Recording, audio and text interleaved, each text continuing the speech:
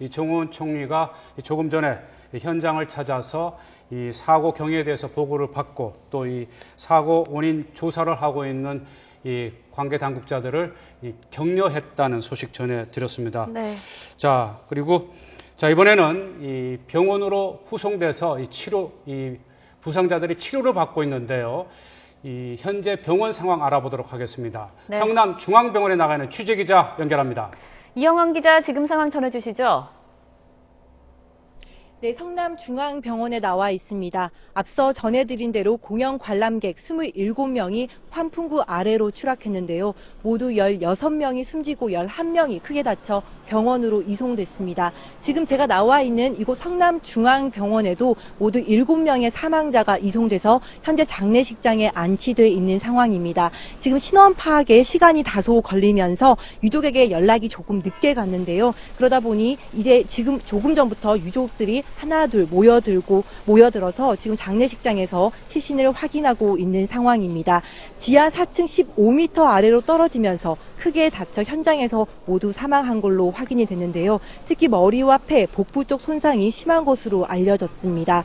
구체적인 신원은 계속 확인 중이라고 저희가 전해 들었습니다. 병원으로 유족들이 지금씩 하나 둘씩 지금 모여들고 있고 지금 나머지 사망자 9명과 부상자도 다른 병원으로 각각 이송이 돼서 그곳으로 유족들이 가고 있다고 합니다. 중앙병원을 포함해서 모두 7곳의 병원으로 나뉘어서 이송이 됐는데요. 분당 재생병원 사망자 4명을 포함해서 모두 7명이 분당 재생병원으로 이송이 됐고 차병원으로는 사망자 3명을 포함해 모두 7명이 이송됐습니다. 정병원으로는 2명, 야탑 도원병원으로도 사망자 2명이 이송됐고 강남 세브란스에는 중상자 1명이, 분당 서울대병원으로는 중상자 1명이 이송돼 있는 상황입니다.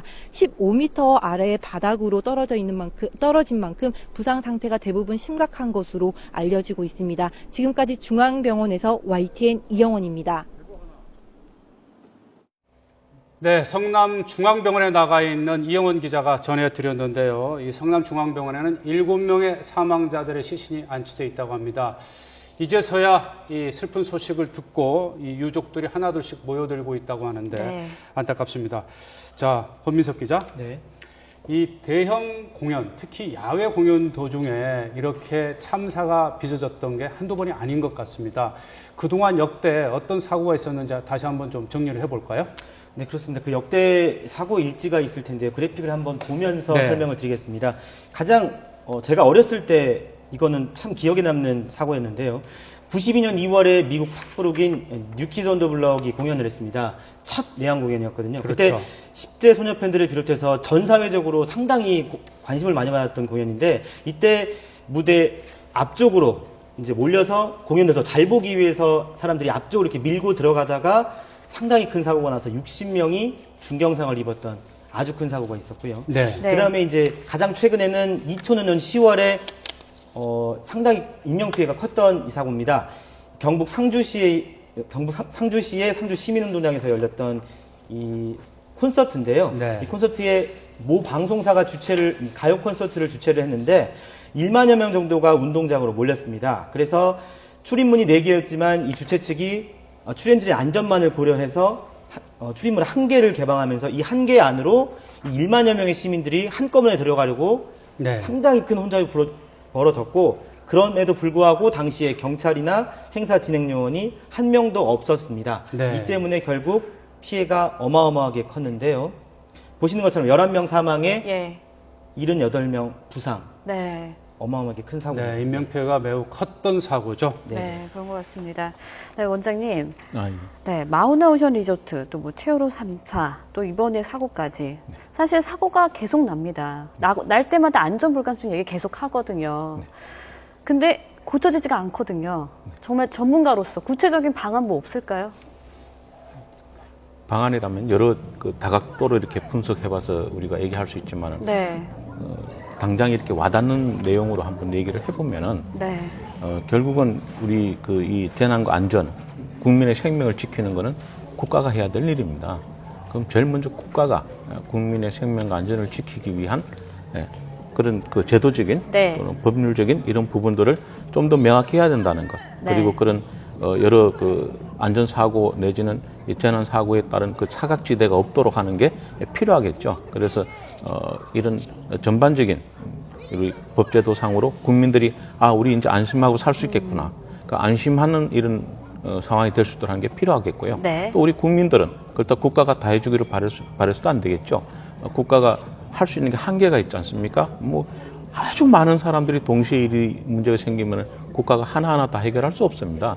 결국은 국민들 한 분 한 분이 서로가 자기 자신을 어떻게 또 안전사고로부터 지킬 것인지 위험 요소, 위해 요소를 스스로 찾아서 그것을 또 자기가 피하는 게 필요하겠죠.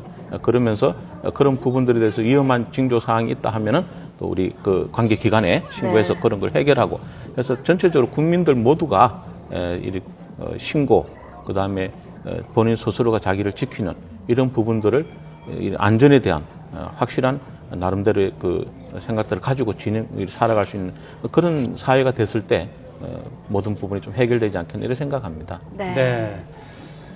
네, 이 오늘 붕괴 사고는 오늘 오후 5시 50분쯤 이 성남시 분당구 판교동 유스페이스 앞 야외 공연장에서 이 지하철 이 환풍구, 이 지하주차장 환풍구 덮개가 무너지면서 사고가 네. 났는데요. 3, 40분 전에 이 분당구청에 있는 사고대책본부에서 이번 사고와 관련해서 첫 브리핑이 있었습니다. 김남주 대변인의 이 브리핑 내용 잠시 듣고 가겠습니다. 금일 오후 5시 54분경 2대1리가 주관한 제1회 판교 테크노밸리 축제의 사전 공연이 판교 유스페이스 앞 광장에서 진행되던 중 광장 옆 환풍기에 서 있던 사람들이 환풍기 덮개가 무너지면서 환풍 통로로 떨어지는 사고가 발생했습니다. 21시 30분 현재 이번 사고로 인한 사상자는 27명으로 사망 16명, 부상 11명입니다. 경기도와 성남시는 이번 사고와 관련한 대책본부를 가동해 즉각적인 사고 수습에 나설 계획입니다. 대책본부장은 남경필 경기도지사와 이재명 성남시장이 공동으로 맡고 양 기관이 함께 대책본부 인력을 현재 꾸리고 있습니다.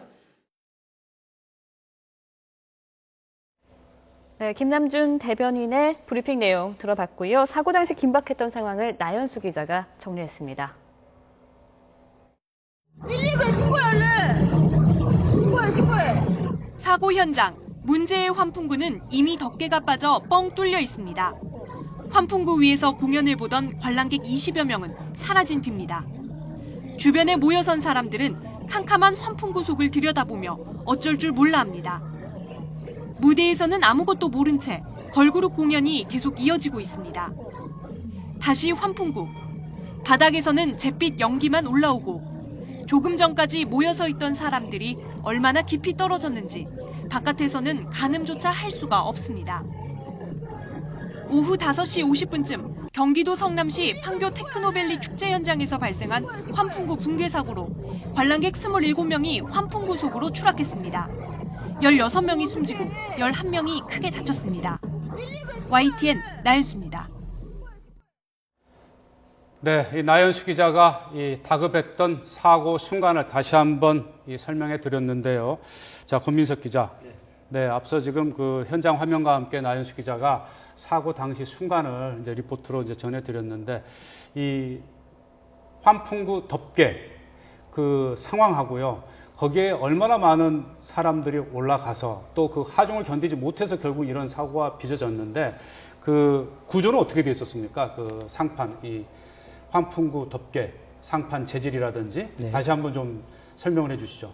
네, 이 환풍구 입구에는 이 철제 상판 6개가 놓여져 있었습니다. 두 개가 한 조로 3개씩 놓여져 있는 거고요.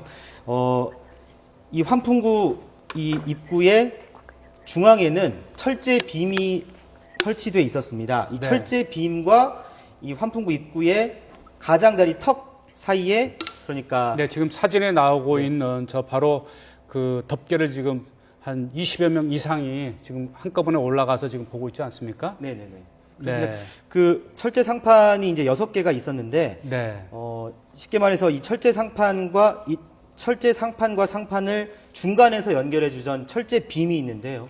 이 철제 빔이 끊어지면서 거기에 고정되어 있던 상판 4개에서 5개 정도가 바닥으로 추락한 겁니다. 이 환풍구 입구가 상당히 큰데 이 환풍구 입구가 이 전체가 바로 바닥으로 연결되어 있는 건 아니고요. 여기서 중간에 턱이 있고 이 굴뚝처럼 생긴 또 구멍이 또 따로 있는데요. 이 네. 굴뚝처럼 생긴 이 구멍이 가로 세로 2.5m씩입니다. 2.5m씩 이 구멍으로 이 철제 상판과 사람들이 뒤엉켜서 떨어진 것입니다. 네, 지금 사진을 보는 것처럼 그 환풍구 덮개 위에 정말 20-30명, 훨씬 많은 사람들이 저렇게 많이 몰려서 공연을 좀 더 자세히 들여다보려고 그 상판 위로 올라가다 보니까 결국 하중을 견디지 못하고 이제 붕괴되는 네. 바람에 20m 아래로 27명이 추락을 해버린 건데요.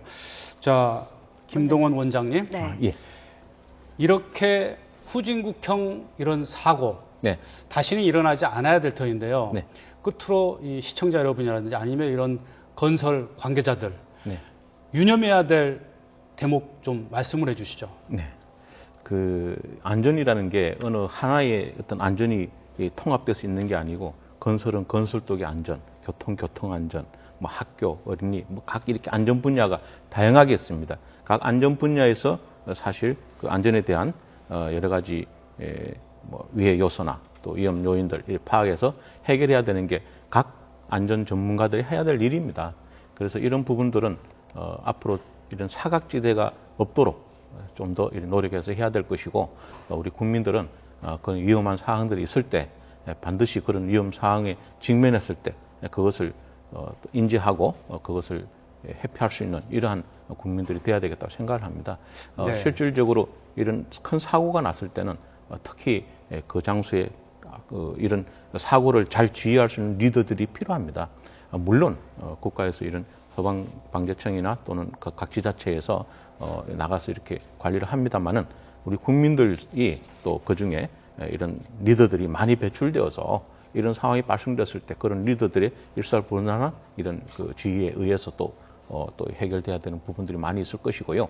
특히 미국에는 이렇게 그 EMS라 해가지고 그 Emergency Medicine Service라 해서 이런 상황이 발생됐을 때 긴급하게 이렇게 가서 지원할 수 있는 사람들이 우리 각각 국민들 중에 있습니다. 그래서 우리도 그런 여러 가지 좀 제도들을 국민들이 안심할 수 있는 제도들을 많이 좀 반영해서 했으면 좋겠다는 생각을 가집니다. 네. 네. 자, 권민석 기자.